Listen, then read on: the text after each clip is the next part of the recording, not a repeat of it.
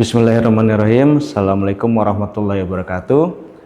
Innal hamdalillah wassalatu wassalamu ala asrofil anbiya'i wal mursalin wa ala alihi washabihi ajmain. Selamat datang dan bertemu kembali di acara Ramadan Karim. Sahabat RSAW yang saya banggakan, semoga Allah memuliakan dunia dan akhirat. Alhamdulillah, dengan izin Allah kita bisa terus merasakan nikmatnya. Mudah-mudahan berkumpulnya kita di sini merupakan amal soleh sehingga kita bisa bertawasul dengan amal soleh tersebut. Al-Quran memuat firman Allah yang dapat dijadikan petunjuk dan rujukan bagi umat Islam dalam menjalani kehidupan. Al-Quran juga berisi perintah ibadah, salah satunya adalah puasa. Ada beberapa ayat Al-Quran yang menjelaskan tentang perintah puasa dan tata cara melakukan puasa hingga keutamaan bagi orang-orang beriman yang berpuasa. Puasa merupakan salah satu rukun Islam yang dilaksanakan oleh kaum muslimin di seluruh dunia. Allah Subhanahu wa Ta'ala telah mewajibkan kepada kaum yang beriman sebagaimana telah diwajibkan kepada kaum sebelum Nabi Muhammad SAW. Perintah tentang puasa termaktub dalam Al-Quran, yaitu dalam surat Al-Baqarah ayat 183 yang artinya, "Hai orang-orang yang beriman, diwajibkan atas kamu berpuasa sebagaimana diwajibkan atas orang-orang sebelum kamu agar kamu bertakwa." Ibnu Katsir dalam tafsir Al-Quran Al-Azim menjelaskan bahwa ayat di atas berkenaan dengan perintah puasa yang tidak hanya kewajiban menahan diri dari makan, minum, dan jima semata. Puasa harus dilandasi dengan niat karena Allah Subhanahu wa Ta'ala, menjauhkan diri dari perbuatan yang dilarang dan tercela, serta membersihkan diri dari lahir dan batin. Puasa dalam kesehatan berarti pembatasan asupan makanan dan cairan secara oral. Dalam pengobatan kuno, puasa merupakan metode pengobatan yang sudah lama sejak zaman Hippocrates.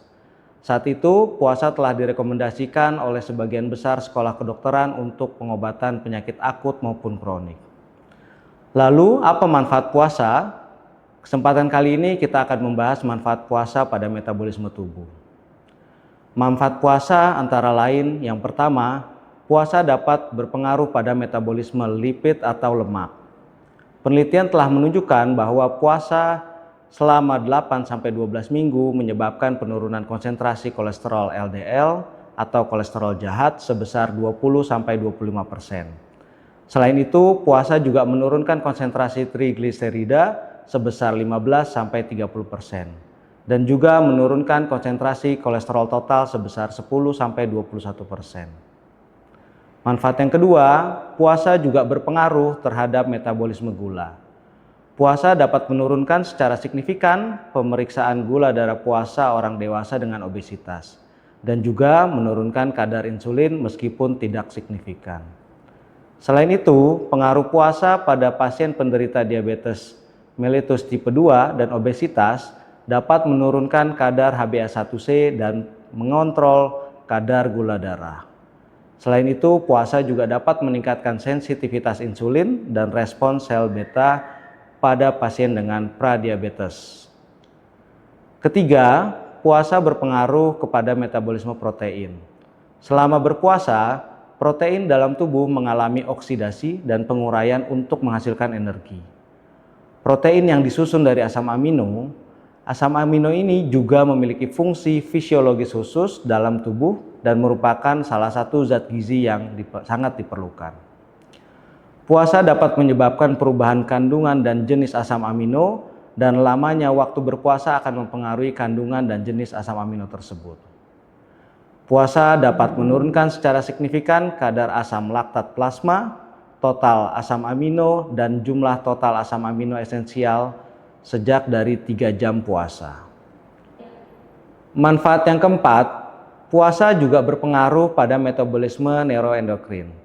Dalam sebuah penelitian prospektif terhadap pasien obesitas, puasa selama lebih dari 16 hari menghasilkan penurunan berat badan yang substansial sekaligus mengurangi konsentrasi norepinefrin, epinefrin, dan dopamin serum.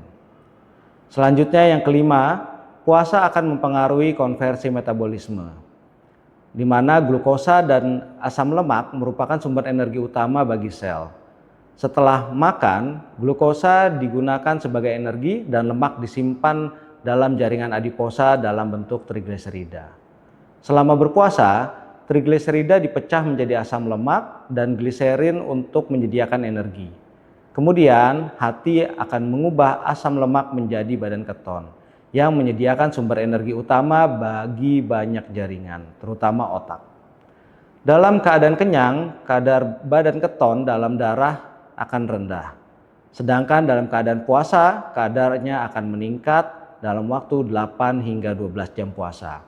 Hal ini tentu menjadi perhatian puasa pada pasien dengan diabetes mellitus. Demikian beberapa hal yang dapat saya sampaikan. Semoga materi tadi dapat memberi manfaat dan kebaikan bagi kita semua. Tentunya kesempurnaan hanya milik Allah semata. Karena itu saya memohon maaf atas ucapan dan tindakan yang tidak berkenan di hati sahabat RSAW semua. Wassalamualaikum warahmatullahi wabarakatuh.